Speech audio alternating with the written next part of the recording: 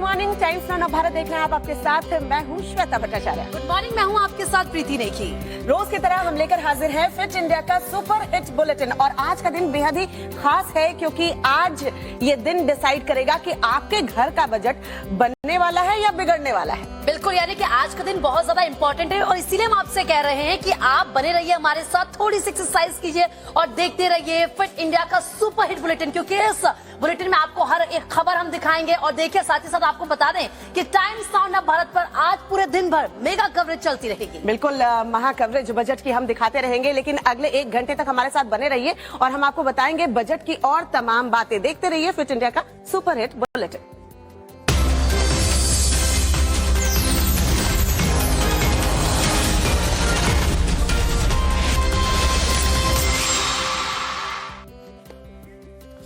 चाहे घर चलाना हो या बिजनेस बढ़ाना हो, बिना बजट के प्लानिंग के कुछ भी संभव नहीं है। आप सरकारी नौकरी करते हैं या प्राइवेट जॉब करते हैं, इस बजट से सभी का सरोकार जरूर होता है। बिल्कुल, देखिए, यानी कि आज वित्त मंत्री निर्मला सीतारमण बजट पेश करने वाली हैं और जब बजट की बात आती है तो फिर आप सोच रहे होंगे कि आपको समझ कैसे आएगा। इसीलिए हम कह रहे हैं टाइम्स नाउ भारत पर आप आज दिन भर बने रहिएगा और सबसे आसान भाषा में, यानी कि इजी लैंग्वेज में, और पूरा अपडेट हम आपको देंगे। मोदी सरकार के दूसरे कार्यकाल का आखिरी पूर्ण बजट आज पेश होगा। वित्त मंत्री निर्मला सीतारमण सुबह 11 बजे पेपरलेस बजट पेश करेंगी। अगले साल होने वाले लोकसभा चुनाव से पहले सीतारमण का 5वां और इस सरकार का आखिरी पूर्ण बजट होगा। बजट पेश होने से पहले केंद्रीय मंत्रिमंडल की बैठक भी होगी। इस साल 9 राज्यों में विधानसभा चुनाव भी होने हैं, लिहाजा इन चुनावों को ध्यान में रखकर बजट से राहत मिलने की उम्मीद जताई जा रही है। विशेषज्ञों का मानना है कि आम बजट के जरिए सरकार चुनावी राज्यों के लिए कई अहम घोषणाएं कर सकती है। इस बार के बजट में आत्मनिर्भर भारत मुहिम को बढ़ावा देने के लिए सरकार कई बड़े ऐलान कर सकती है। इन ऐलानों का मकसद देश को और देश की जनता को आत्मनिर्भर बनाना है। इसके लिए मेक इन इंडिया और वोकल फॉर लोकल पर सरकार अपना फोकस बढ़ा सकती है। इसका मकसद आम आदमी और इकोनॉमी को राहत देना है। इसके अलावा भी कई और उम्मीदें हैं, लिहाजा वित्त मंत्री के पिटारे से क्या निकलेगा, इस पर सबकी निगाहें रहेंगी। तो इस साल 9 राज्यों में विधानसभा चुनाव होने हैं और अगले साल यानी कि लोकसभा चुनाव है, जो एक बड़ी चुनौती होगी। इसीलिए सरकार की पूरी कोशिश रहेगी कि जनता को एक बड़ी राहत इस बजट के जरिए दी जाए। बिल्कुल, नौकरी पेशा वाले लोग जो है वो चाहते हैं कि टैक्स स्लैब में उन्हें छूट मिले। वहीं किसान और इंडस्ट्री से जुड़े जो लोग हैं वो चाहते हैं उन्हें भी इस बजट से क्या कुछ मिलने वाला है, क्योंकि उम्मीद काफी ज्यादा है इस आम बजट से। अब देखने वाली बात होगी कि आम बजट का जब पिटारा खुलेगा तो किसके लिए क्या कुछ होगा। लेकिन टाइम्स नाउ भारत पर पल पल की अपडेट आम बजट की हम आप तक पहुंचाएंगे और वो भी बिल्कुल सरल शब्दों में। तो बने रहिएगा टाइम्स नाउ भारत के साथ। बजट कैसा होगा, कितनी राहत मिलेगी, सरकार क्या नई घोषणाएं करेगी, ये कुछ ऐसे सवाल हैं जो पूरा देश जानना चाहता है। इसीलिए टाइम्स नाउ नव भारत आज दिन भर बजट पर मेगा कवरेज करेगा। हमारी पूरी टीम आपको पल पल की जानकारी देगी, जिसके जरिए आप पूरा बजट आसान भाषा में समझ सकते हैं। टैक्स स्लैब में सरकार अगर बदलाव करती है तो उसका क्या असर होगा, उससे कितना फायदा मिलेगा और मिडिल क्लास को महंगाई की मार से बचाने के लिए इसका कितना असर होगा, इसकी भी पूरी डिटेल हम अपने दर्शकों को बताएंगे।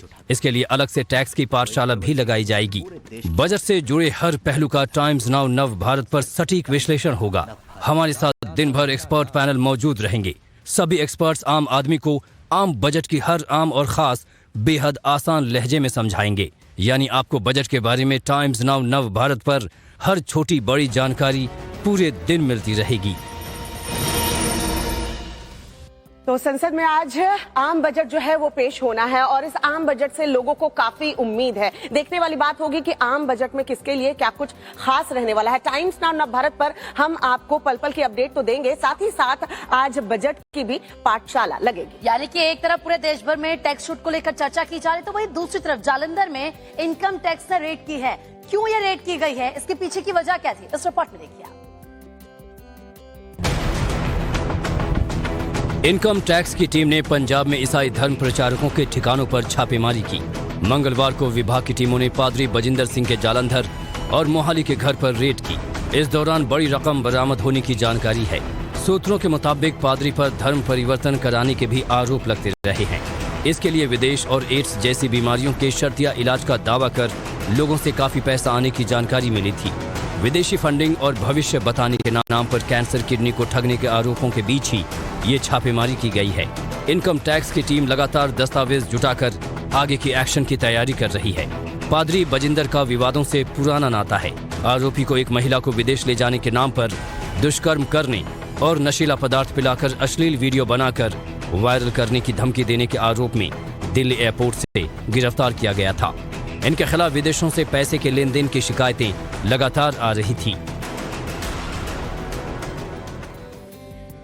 तो बजट, टैक्स और आर्थिक सर्वे से जुड़ी कुछ और खबरें हम आपको आगे दिखाएंगे, लेकिन उससे पहले देख लेते हैं खेल जगत से जुड़ी और क्या है खबरें इस बार। बिल्कुल, सचिन तेंदुलकर आज वर्ल्ड चैंपियन बेटियों को कहां करने वाले हैं सम्मानित। कुश्ती महासंघ के खिलाफ जांच कमेटी में किसे मिली है जगह? 2 मिनट में स्पोर्ट्स की खबरें। भारत न्यूजीलैंड के बीच T20 सीरीज का आखिरी मुकाबला आज अहमदाबाद के नरेंद्र मोदी स्टेडियम में खेला जाएगा। सीरीज के पहले मैच में न्यूजीलैंड 21 रनों से जीत दर्ज की थी, जबकि लखनऊ में खेले गए दूसरे मुकाबले में टीम इंडिया ने 6 विकेट से कीवियों पर जीत दर्ज की। टीम इंडिया आज का मुकाबला जीतकर T20 सीरीज भी अपने नाम करना चाहेगी। वहीं न्यूजीलैंड की कोशिश T20 सीरीज जीतकर हिसाब बराबर करने की होगी। बल्लेबाज पृथ्वी शॉ को रणजी ट्रॉफी में शानदार प्रदर्शन का इनाम मिला था। उन्हें भारत न्यूजीलैंड के बीच T20 सीरीज के लिए टीम में शामिल किया गया, लेकिन वो पहले 2 मैचों में अंतिम 11 में जगह नहीं बना पाए। अब सवाल यह है कि क्या आज के मैच में हार्दिक पांड्या पृथ्वी को मौका देंगे? हालांकि उन्हें ऐसा करने के लिए कड़ा फैसला लेना होगा। देखना यह है कि उन्हें टीम में शामिल करने के लिए किसे बाहर बैठाना पड़ता है। टीम में शामिल किए गए मुकेश कुमार को भी मौका नहीं मिला।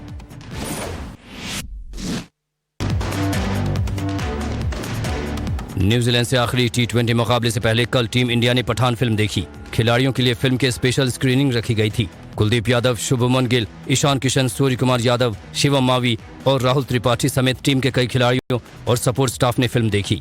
सरखेज रोड पर न्यू फैंगल्ड मिनीप्लेक्स में फिल्म देखते खिलाड़ियों की तस्वीरें सामने आई हैं।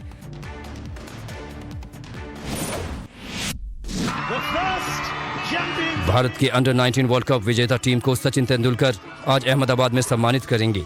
वर्ल्ड चैंपियन खिलाड़ियों का यह सम्मान नरेंद्र मोदी स्टेडियम में होगा। ये सम्मान समारोह भारत न्यूजीलैंड के बीच आखिरी T20 मैच से पहले होगा। BCCI के सचिव जय शाह ने इसकी जानकारी दी थी। टूर्नामेंट जीतने पर BCCI ने विमेंस क्रिकेट टीम और सपोर्ट स्टाफ को 5 करोड़ रुपए का इनाम देने की घोषणा भी की है। कॉमनवेल्थ गेम्स की गोल्ड मेडलिस्ट बबीता फोगाट को कुश्ती महासंघ के अध्यक्ष बृजभूषण के खिलाफ गठित जांच समिति में शामिल किया गया है। कुश्ती से संन्यास के बाद वो बीजेपी में शामिल हो गई थी। जांच समिति WFI और उसके अध्यक्ष के खिलाफ उत्पीड़न, धमकी और वित्तीय गड़बड़ी की जांच कर रही है।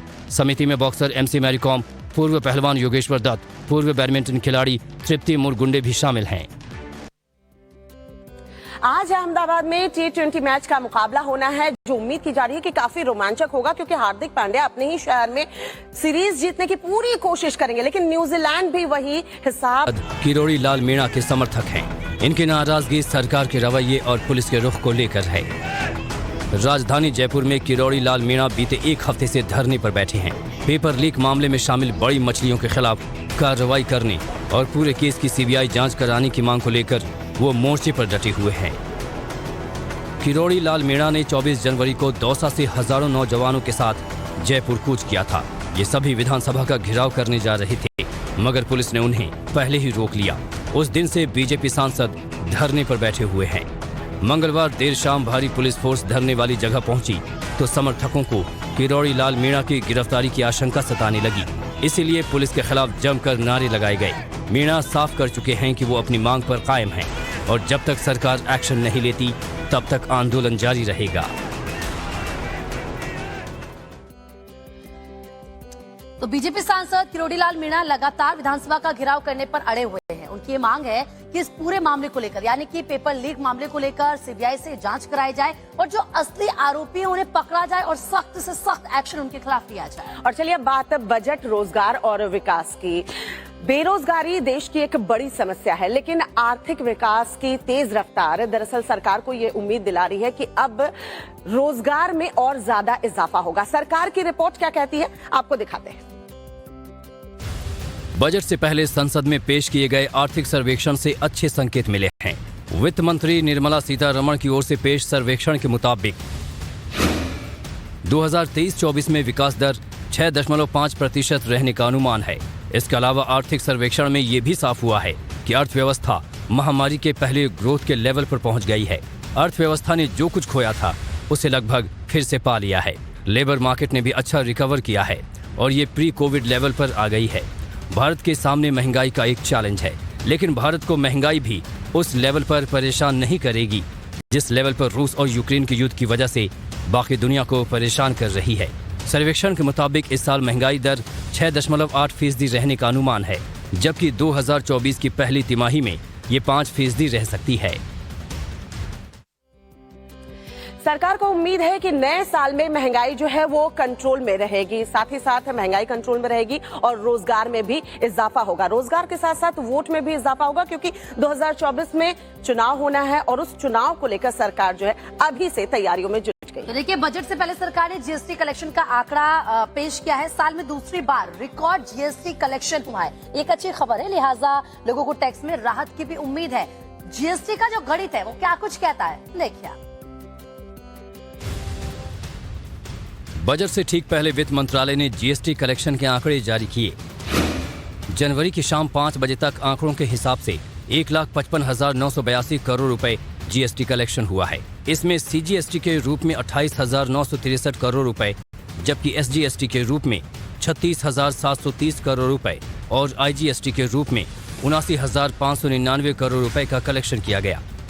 आईजीएसटी की रकम में 37,118 करोड़ रुपए सामान के आयात पर लगने वाले कर के रूप में वसूला गया।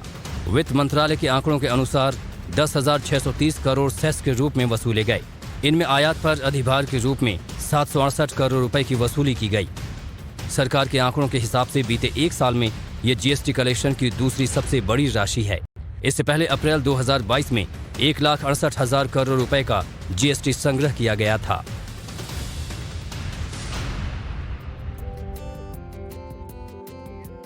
तो देखिए, चुनावी बजट से देश की जनता और सरकार दोनों को काफी उम्मीदें हैं। महिलाएं चाहती हैं कि जो रोजमर्रा की चीजें जैसे गैस, बिजली, आटा या हर वो चीज जो उनके रोजमर्रा में इस्तेमाल होती है उसकी कीमतें कम हो, ताकि उनकी पॉकेट पर जो भार है वो कम पड़े। बिल्कुल, बजट का पूरा लेखा जोखा दिन भर हम टाइम्स नाउ भारत पर आपको दिखाते रहेंगे, लेकिन देश की कुछ और बड़ी खबरें क्या है वो आपको दिखाते हैं 2 मिनट में। मथुरा में श्री कृष्ण जन्मभूमि विवाद मामले की सुनवाई आज एडीजे 6 अभिषेक पांडे की अदालत में होगी। पूरा मामला श्री कृष्ण जन्मभूमि मुक्ति न्यास के अध्यक्ष महेंद्र प्रताप सिंह के दावे से जुड़ा है। पिछली तारीख पर एडीजे 6 की अदालत में 1 घंटा 30 मिनट तक बहस हुई थी। वादी ने ऐतिहासिक साहित्य, राजस्व अभिलेखों के साथ अपना पक्ष रखा था। साथ ही विवादित स्थल का सर्वे कराने की मांग की ताकि हकीकत सामने आ सके। बिहार के शिक्षा मंत्री का रामचरितमानस को लेकर दिया गया विवादित बयान का मुद्दा एक बार फिर गर्मा गया है। बीजेपी का आरोप है कि 2024 के चुनाव के लिए आरजेडी सोची समझी रणनीति के तहत जातिवाद का जहर घोलने की कोशिश कर रही है। बीजेपी नेता निखिल आनंद ने एक वीडियो सोशल मीडिया पर शेयर किया है, जिसमें आरजेडी नेता उदय नारायण चौधरी और शिक्षा मंत्री चंद्रशेखर के बीच फोन पर बातचीत हो रही है, जिसमें राजेंद्र गौतम और स्वामी प्रसाद मौर्य का भी जिक्र है। पंजाब में पठानकोट के फरीदानंगल गांव के लोगों ने थाना तारागढ़ के बाहर सड़क को जाम कर पुलिस प्रशासन के खिलाफ जमकर नारेबाजी की। लोगों ने आरोप लगाया कि बीते दिनों एक लड़का नाबालिग लड़की को भगा कर ले गया था। उसकी शिकायत पुलिस से की थी और आरोपी को जल्द गिरफ्तार करने की मांग की थी, लेकिन अब तक पुलिस ने कोई कार्रवाई नहीं की, इसलिए नाराज लोग धरने पर बैठ गए। वहीं पुलिस ने जल्द ही आरोपी तक पहुंचने का दावा किया है।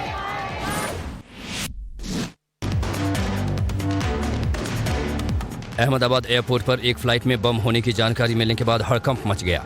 फौरन इसकी जानकारी अहमदाबाद पुलिस को दी गई। पुलिस ने जब जांच शुरू की तब बम की सूचना देने वाला फोन नंबर जिस शख्स के नाम पर दर्ज था वो भी एयरपोर्ट पहुंच गया। इसके बाद पता चला कि फोन किसी और ने उठाया और बम की खबर झूठी थी।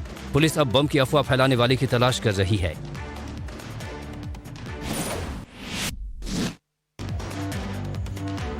उत्तर प्रदेश के कौशाम्बी में जबरन धर्म परिवर्तन को लेकर पुलिस ने 2 लोगों के खिलाफ मुकदमा दर्ज किया है।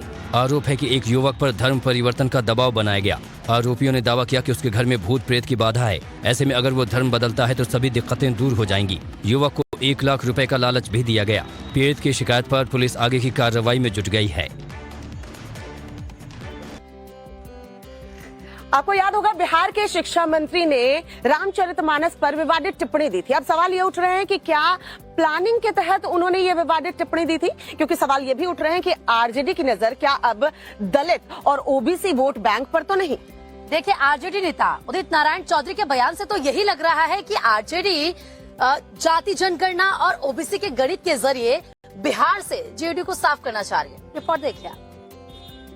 अभी की जो तेजस्वी यादव की स्थिति है वो पूर्ण सरकार में नहीं है, मैं ये बात कर सकता हूँ, लंगड़ी सरकार है। ये गठबंधन की सरकार है, हुकूमत है, इसलिए वो चाह के भी बहुत सा बात होगा नहीं होगा वो कहना मुश्किल। बिहार में नीतीश और तेजस्वी सरकार को लंगड़ी बताकर आरजेडी नेता ने नई सियासी लड़ाई छेड़ दी है। उदय नारायण चौधरी के मुताबिक इस वक्त गठबंधन की सरकार है, लिहाजा कोई काम होगा या नहीं इसकी गारंटी नहीं दी जा सकती। उदय नारायण चौधरी जमुई के दौरे पर थे। यहाँ पर जब उनसे सिमुलतला को प्रखंड और पर्यटक स्थल का दर्जा दिलाए जाने के वादे पर सवाल पूछा गया तो उन्होंने गठबंधन सरकार की मजबूरियां गिना दी। साथ ही दावा किया कि जब आरजेडी की पूर्ण बहुमत वाली सरकार बनेगी तब तेजस्वी यादव अपना वादा जरूर पूरा करेंगे। नेताओं की बयानबाजी की वजह से गठबंधन सरकार की पहले भी कई बार किरकिरी हो चुकी है। ऐसे में उदय नारायण चौधरी का सरकार को लंगड़ा बताना भी नए विवाद का सबब बन सकता है। यानी बिहार की राजनीति में क्या खेला चल रहा है, इसे लेकर सस्पेंस बना हुआ है। देखिए, कहते हैं कि राजनीति में जो होता है वो दिखता नहीं है और जो दिखता है वो आसानी से होता नहीं है। जी हाँ, एक तरफ नीतीश कुमार की अगर बात कर लीजिए तो वो पीएम बनने का ख्वाब पाले बैठे हैं और दूसरी तरफ आरजेडी यानी कि उन्हीं की सहयोगी पार्टी उनकी जड़ें काटने में जुटी हुई है। बिल्कुल। चलिए अब बात धनबाद की कर ले। धनबाद में जो बड़ा हादसा हुआ है, 10 मंजिला टावर है जिसमें भीषण आग लगी और 14 लोग इसमें झुलस गए। रिपोर्ट आपको दिखाते हैं, देखिए जरा। आग की धधकती हुई लपटें कई लोगों के लिए काल बन गई। तस्वीरें झारखंड के धनबाद की हैं। दिल दहला देने वाला अग्निकांड शक्ति मंदिर के पास आशीर्वाद टावर में हुआ। देर शाम इस 10 मंजिला टावर में भीषण आग लग गई जिसमें 10 से ज्यादा लोगों की मौत हो गई। मरने वालों में महिलाएं और बच्चे भी शामिल हैं। आग लगने की जानकारी मिलने के बाद मौके पर फायर ब्रिगेड की 20 गाड़ियां पहुंची और आग पर काबू पाने की कोशिश की। आग मंगलवार शाम करीब 6:30 बजे 3rd फ्लोर पर लगी। देखते देखते एक फ्लैट से दूसरे फ्लैट और फिर 6 फ्लोर तक फैल गई। आग की लपटें इतनी तेज थी कि झुलसने की वजह से शवों की पहचान करना भी मुश्किल हो गया। कुछ शव एक दूसरे से चिपके हुए भी बरामद हुए। आसपास के लोगों के मुताबिक जिस घर में आग लगी वहां शादी थी, लेकिन आग की वजह से खुशी का माहौल मातम में बदल गया। तो देश की राजनीति और आम बजट से जुड़ी तमाम खबरें हम आपको बताते रहेंगे, लेकिन दुनिया में क्या कुछ हो रहा है प्रीति, जरा वो बताइए। बिल्कुल, देखिए, फ्रांस में लगातार सरकार के खिलाफ प्रदर्शन किया जा रहा है। तो वहीं बाढ़ ने कहां-कहां मचाई है भारी तबाही। देखिए दुनिया की हर एक खबर उस रिपोर्ट में।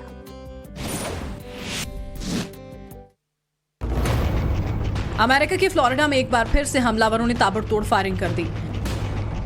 पुलिस के मुताबिक ये टारगेट घटना थी। हमलावर कार से आए थे और अचानक फायरिंग शुरू कर दी।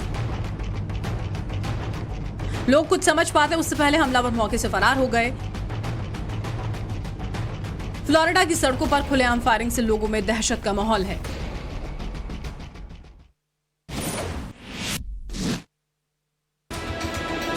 ऑस्ट्रेलिया के बाद अब कनाडा में हिंदू मंदिर को निशाना बनाया गया है।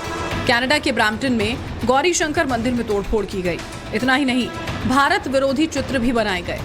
मंदिर की दीवार के बाहर खालिस्तान जिंदाबाद और हिंदुस्तान मुर्दाबाद के नारे लिखे गए। कनाडा में भारतीय दूतावास ने ग्लोबल अफेयर्स कनाडा को इस पूरे मामले के बारे में बताया। साथ ही अपराधियों के खिलाफ कड़ी कार्रवाई की भी मांग की गई।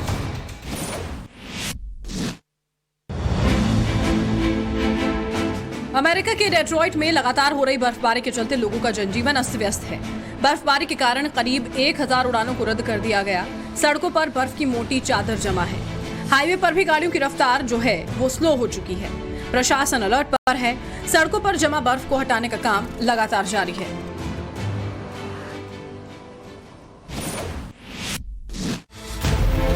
न्यूजीलैंड के सबसे बड़े शहर ऑकलैंड में बाढ़ बारिश से तबाही मची है। ऑकलैंड में अचानक आई बाढ़ और भूस्खलन में 4 लोगों की मौत हो गई। 16 लाख की आबादी वाले शहर में जनजीवन बुरी तरह प्रभावित है। मौसम विभाग ने भारी बारिश का अलर्ट भी जारी किया है। बिगड़े हालात की वजह से ऑकलैंड के सभी स्कूल 7 फरवरी तक बंद करने के आदेश दिए गए हैं। साथ ही जरूरत होने पर ही घरों से लोगों को निकलने की सलाह दी गई है।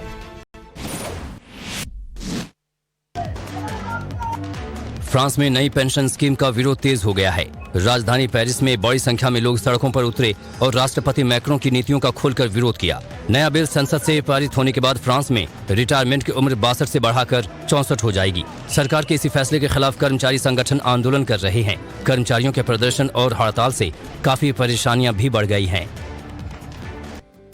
तो देखिए, भारत की तेजी के साथ बढ़ती इकोनॉमी और बजट पर पूरी दुनिया भर की नजर है और इसीलिए तो हर एक देश भारत के साथ कारोबारी रिश्ता करना चाहता है। लेकिन श्वेता, देश का युवा क्या चाहता है? बिल्कुल, विकास की रफ्तार तो हमारी देश की देखिए बहुत तेज है और जीएसटी कलेक्शन बिल्कुल रिकॉर्ड तोड़ हो रहा है, लेकिन बावजूद इसके टैक्स में राहत सरकार जो है नहीं दे रही है। तो देश के युवा और नौकरी पेशा लोग सरकार से क्या चाहते हैं, दिखाते हैं आपको इस रिपोर्ट के जरिए।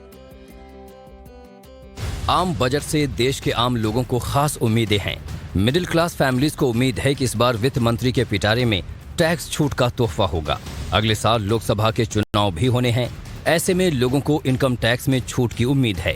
इस इकोनॉमिक सर्वे में जो संकेत मिल रहे हैं उसे जानकर टैक्स पेयर्स के चेहरे खिल उठे हैं। बजट से पहले पेश किए गए इकोनॉमिक सर्वे के मुताबिक डायरेक्ट टैक्स में 26% तक की बढ़ोतरी हो गई है। सरकार के खजाने में 13.63 लाख करोड़ रुपए आए हैं। सरकार का खजाना भरा है तो लोगों की उम्मीदें भी जग उठी हैं। इस बात की संभावना बढ़ गई है कि सरकार कमाई में हुई बढ़ोतरी के बाद कुछ राहत आम जनता को देगी। पिछले 9 सालों में इनकम टैक्स स्लैब में कोई बदलाव नहीं किया गया है। बजट से पहले डायरेक्ट टैक्स के इन आंकड़ों ने इस बार टैक्स स्लैब में बदलाव की उम्मीदें जगा दी हैं।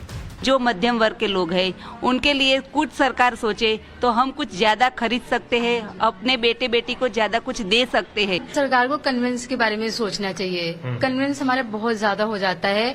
टैक्स में छूट के अलावा महंगाई और बेरोजगारी जैसे मुद्दों के समाधान की उम्मीद भी लोगों को है। युवा तबका इस बात की आस लगाए बैठा है कि आने वाले दिनों में नौकरियों का पिटारा भी सरकार जरूर खोलेगी।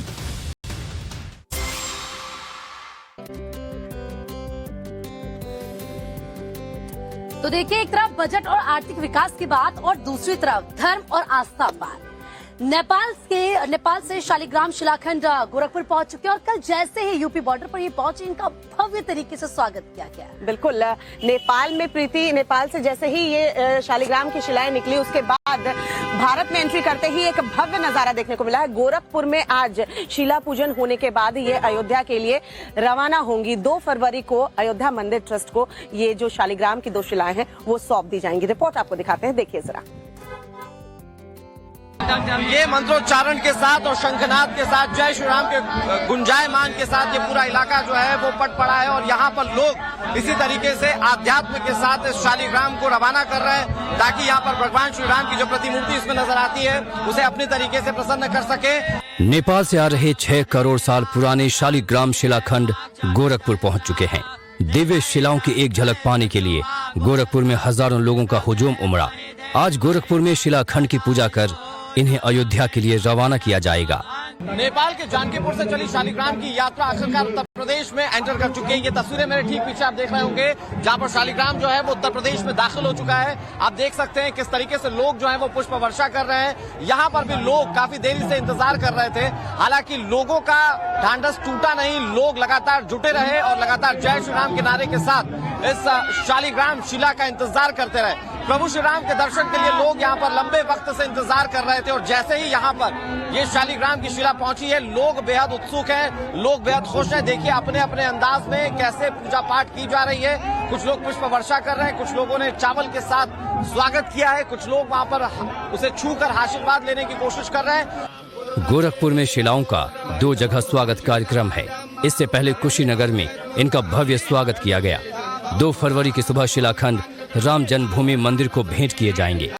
चंपत राय ने सभी से निमंत्रण साझा किया है और लिखा है कि शिलाखंडों को स्वीकार करने के लिए 2 फरवरी प्रातःकाल 10:30 बजे राम सेवकपुरम में पधारने की कृपा करें। तो किस तरीके से भव्य स्वागत इन शालिग्राम की 2 शिलाओं का हुआ है और अब ये आज अयोध्या के लिए रवाना भी होने वाली हैं। इन्हीं 2 शिलाओं से प्रभु श्री राम और माता सीता की मूर्ति जो है वो बनने वाली है और नेपाल की काली गंडकी नदी से ये शालिग्राम की 2 शिलाएं जो है अयोध्या पहुंचने वाली है। और चलिए अब आपको दिखाते हैं कि वॉर जोन में आखिर क्या कुछ चल रहा है, क्या कुछ है वहां से अपडेट 2 मिनट में देखिए आप। यूक्रेन में रूसी ठिकानों पर अमेरिकी और कैनेडियन वॉलंटियर्स ने बड़ा हमला किया है। हमले में रूसी ठिकानों को नेस्तनाबूद कर दिया गया। जवाब में रूसी सैनिकों ने यूक्रेन के पेरमोजी स्क्वायर पर ताबड़तोड़ मिसाइलें दागी, जिससे पूरी बिल्डिंग तबाह हो गई। इतना ही नहीं, रूसी सैनिकों ने यूक्रेन की एक बख्तरबंद गाड़ी को भी उखाड़ दिया।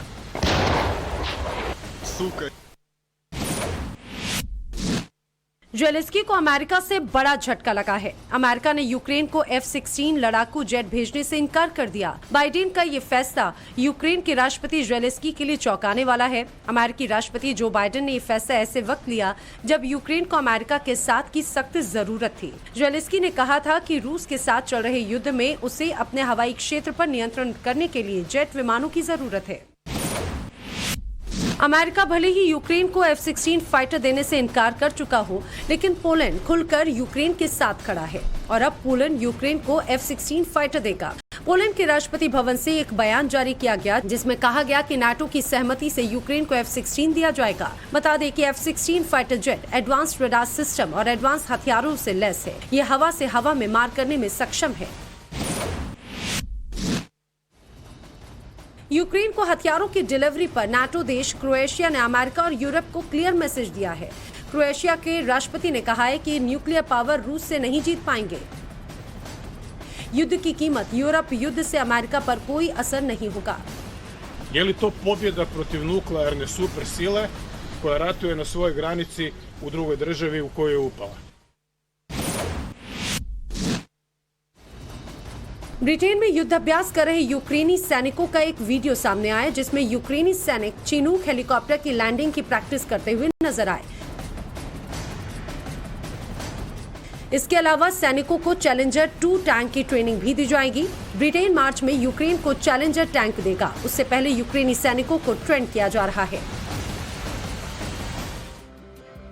तो देखिए, धर्म की आड़ में लोगों को भड़काना, समाज में नफरत फैलाना गंभीर अपराध है और इंदौर में उपद्रवी युवकों को ऐसा करना भारी पड़ गया। बिल्कुल, आरोपियों की पहचान पुलिस ने वीडियो से की और एक आरोपी को जब पुलिस ने पकड़ा तो उसकी हेकड़ी निकल गई। दरअसल थाने में वो कान पकड़कर माफी मांगता नजर भी आया। रिपोर्ट आपको दिखाते हैं, देखिए जरा। अपराधी जब पुलिस के शिकंजे में फंसता है तो कैसे उसकी हेकड़ी निकल जाती है, खुद देख लीजिए। मेरा नाम उवैस कुरैशी उर्फ आवेश कुरैशी। तो बड़वाली चौकी पे धरना प्रदर्शन हुआ था, उसमें मैंने अभद्र भाषा का उपयोग किया था और वो शेर को जलाने वाली बात की थी। उसके लिए मैं बहुत शर्मिंदा हूँ और अब मैं कभी दोबारा ऐसी हरकत नहीं करूँगा और हिंदू मुस्लिम एकता को बरकरार रखूँगा। हिंदू मुस्लिम भाइयों का सम्मान करूँगा और मैं अब कभी ऐसी भाषा का उपयोग नहीं करूँगा। आरोपी ओवैश कुरैशी ने पिछले दिनों साथियों के साथ इंदौर में बड़ा प्रदर्शन किया था और दूसरे धर्म के लोगों पर आपत्तिजनक टिप्पणी के साथ शहर को जलाने की बात कही थी। वीडियो वायरल होने के बाद पुलिस ने इसे पकड़ा और पूरी गर्मी निकाल दी। ओवैश कुरैशी ने किस तरह साथियों के साथ भीड़ को उकसाया था और शहर जलाने की बात की थी, आप खुद देख लीजिए। हम इंदौर शहर को बिल्कुल जला देंगे, हमें कोई परवाह नहीं है।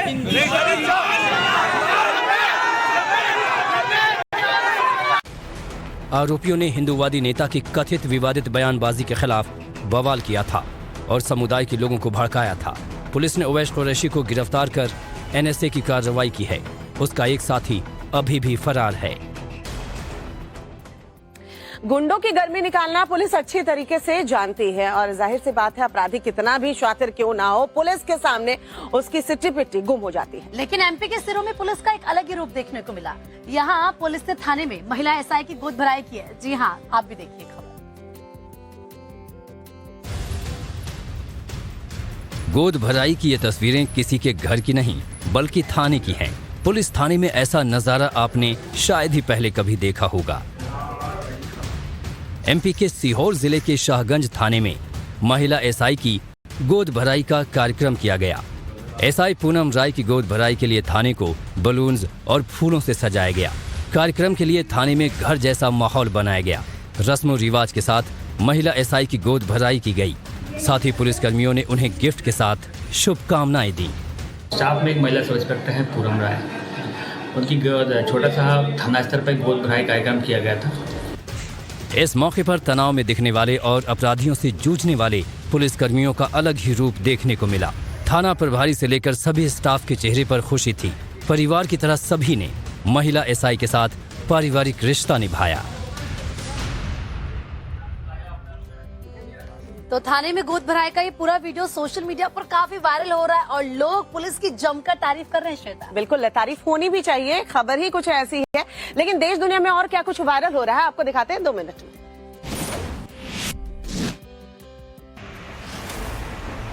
ये दिल दहला देने वाला वीडियो मुंबई के विले पार्ले स्टेशन का है, जहां एक शख्स ने ट्रेन के आगे कूदकर अपनी जान दे दी। इस फुटेज में आप देख सकते हैं कि शख्स प्लेटफॉर्म पर खड़े होकर ट्रेन आने का इंतजार करता है और जैसे ही ट्रेन आने वाली होती है वैसे ही वो कूदकर पटरियों पर लेट जाता है। लेटते ही एक तेज रफ्तार ट्रेन आती है और ऊपर से होकर गुजर जाती है। प्लेटफॉर्म पर खड़े दूसरे यात्री इस हादसे को देखकर भौचक्के रह गए। सीसीटीवी में कैद ये वीडियो संत कबीर नगर का है, जहां एक बच्चा सड़क पार कर रहा था। तभी सामने से आ रहे 22 टायर्स वाले तेज रफ्तार ट्रक की वो चपेट में आ गया। पूरा ट्रक उसके ऊपर से गुजर गया। ट्रक निकलते ही बच्चा उठकर खड़ा हो गया और खुद सड़क पार कर दूसरे किनारे पर चला गया। बच्चे को मामूली चोट आई है। ये पूरी घटना सड़क पर लगे सीसीटीवी में कैद हो गई।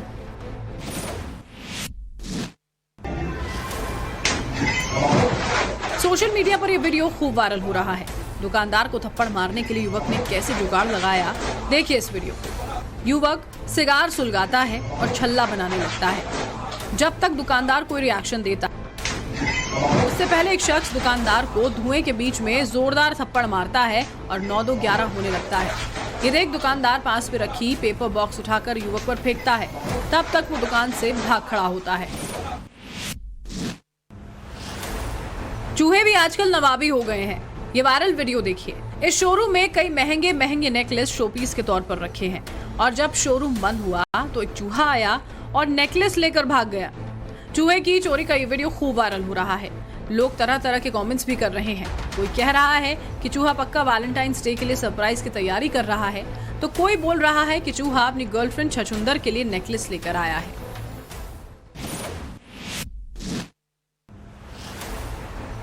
बकरी का ये वीडियो देखकर हर कोई हैरान है। एक बकरी ऊंचे से पेड़ पर तेजी से चढ़कर उतर रही है। आमतौर पर आपने बकरियों को जमीन पर ही चलते और कूदते फांदते देखा है। बकरी पेड़ पर ऐसे चढ़ रही है जैसे मानो उसका रोज का काम हो। बिना डरे और घबराए बकरी का ऐसा कारनामा या यूं कहें कि स्टंट देखकर हर कोई हैरान रह गया। इंटरनेट पर छाए इस वीडियो में बकरी के बैलेंस की हर कोई तारीफ कर रहा है। बिजनेसमैन मुकेश अंबानी के बेटे अनंत अंबानी जो है मंगलवार को वाराणसी पहुंचे और यहां उन्होंने बाबा विश्वनाथ के दर्शन भी किए। देखिए, अनंत अंबानी और राधिका मर्चेंट जल्द ही शादी के बंधन में बंधने वाले हैं, लेकिन शादी के बंधन में बंधने से पहले वो पहुंच गए मंदिर। उन्होंने भगवान भोले का आशीर्वाद लिया है और कितनी प्यारी तस्वीरें वहां से आई, इस रिपोर्ट में देखिए।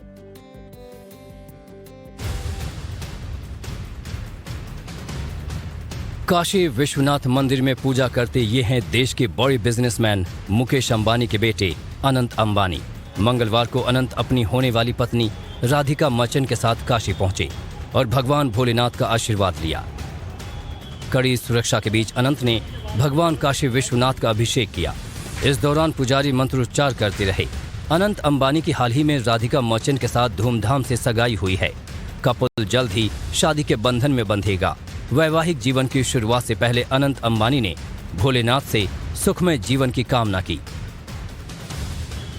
बाबा के दरबार में मत्था टेकने के बाद अनंत ने काशी विश्वनाथ कॉरिडोर का भी दौरा किया। इस दौरान उनके साथ भारी पुलिस फोर्स मौजूद रहा।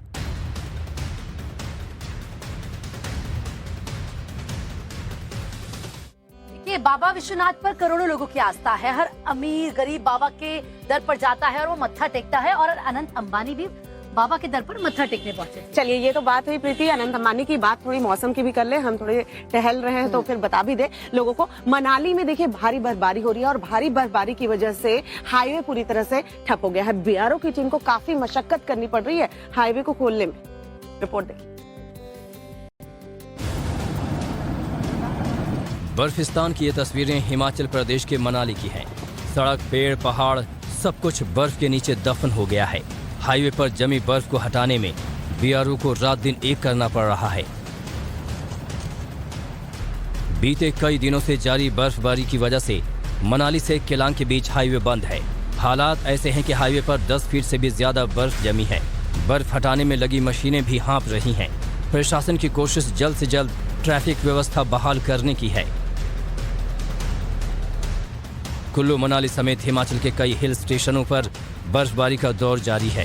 टेम्परेचर लगातार माइनस से नीचे है, जिससे हालात काफी मुश्किल भरे हो गए हैं। बीआरओ की टीम देर रात अटल टनल के नॉर्थ पोर्टल से बर्फ हटाने में जुटी नजर आई। घाटी में लगातार बर्फबारी के चलते हिमस्खलन का खतरा बना हुआ है।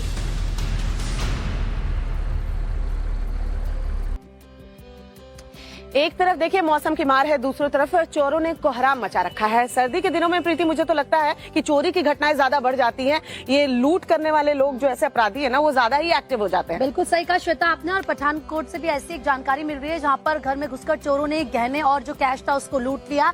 लेकिन वहां पर सीसीटीवी कैमरा लगा हुआ था जिसमें ये पूरी वारदात कैद हो गई है। हालांकि चोर अभी भी पुलिस की गिरफ्त से बाहर है। लेकिन क्या है ये पूरी खबर, इस रिपोर्ट में देखिए।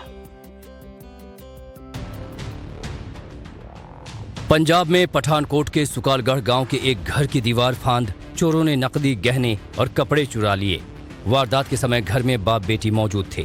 चोरों ने सो रहे बाप बेटी के कमरे को बाहर से बंद कर दिया और 2 पालतू कुत्तों पर नशीली दवाई छिड़क बेहोश कर दिया। पूरी घटना सीसीटीवी में कैद हो चुकी है। जांच में सामने आया है कि चोरों ने पूरे घर की तलाशी ली और अलमारी का ताला तोड़कर गहने, जैकेट और शराब की बोतलें चुरा ली। सीसीटीवी में दिख रहे टाइम के मुताबिक चोरों ने वारदात को देर रात 3:31 से लेकर 3:51 तक अंजाम दिया। सुबह 5:30 बजे जब परिवार के सदस्य उठे तो घर के कमरों में सामान बिखरा देखकर हैरान रह गए।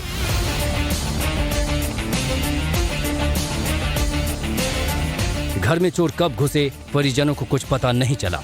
वहीं पुलिस मामले की जांच में जुटी है और सीसीटीवी फुटेज की मदद से आरोपियों तक पहुंचने की कोशिश कर रही है। तो देश दुनिया की तमाम खबरों के बाद अब नजर डालते हैं एंटरटेनमेंट यानी कि फिल्म जगत से जुड़ी कुछ खबरों पर। बिल्कुल, पठान ने 6 दिन में कमाई के कैसे रिकॉर्ड तोड़े हैं और प्रियंका चोपड़ा क्यों इन दिनों चर्चा में है, दिखाते हैं आपको 2 मिनट एंटरटेनमेंट में। दुनिया भर में पठान की गूंज है। पठान को भारत के साथ दुनिया भर के लोगों का भरपूर प्यार मिल रहा है। शाहरुख के फैंस थिएटर तक खींचे चले आ रहे हैं। पठान ने वर्ल्ड वाइड बॉक्स ऑफिस में 6 दिनों में 600 करोड़ रुपए का आंकड़ा पार कर लिया है। इसी के साथ फिल्म ने इंडियन बॉक्स ऑफिस पर 300 करोड़ का आंकड़ा भी पार कर लिया है। दुनिया भर में पठान को लेकर अद्भुत क्रेज नजर आ रहा है। दिवंगत पॉप सिंगर माइकल जैक्सन के जीवन पर आधारित फिल्म बनने जा रही है। माइकल जैक्सन पर आधारित इस फिल्म में उनके भतीजे जाफर जैक्सन मुख्य भूमिका निभाते नजर आएंगे। बता दें कि इस फिल्म का डायरेक्शन एंटनी फुका करेंगे। वहीं famous producer Graham king biopic का प्रोडक्शन कर रही हैं। जाफर काफी समय से माइकल के किरदार में पर्दे पर ढलने के लिए तैयारी कर रहे हैं। और इसी के साथ अब वक्त एक छोटे से ब्रेक है। फौरन लौटे, बने रहिए हमारे साथ।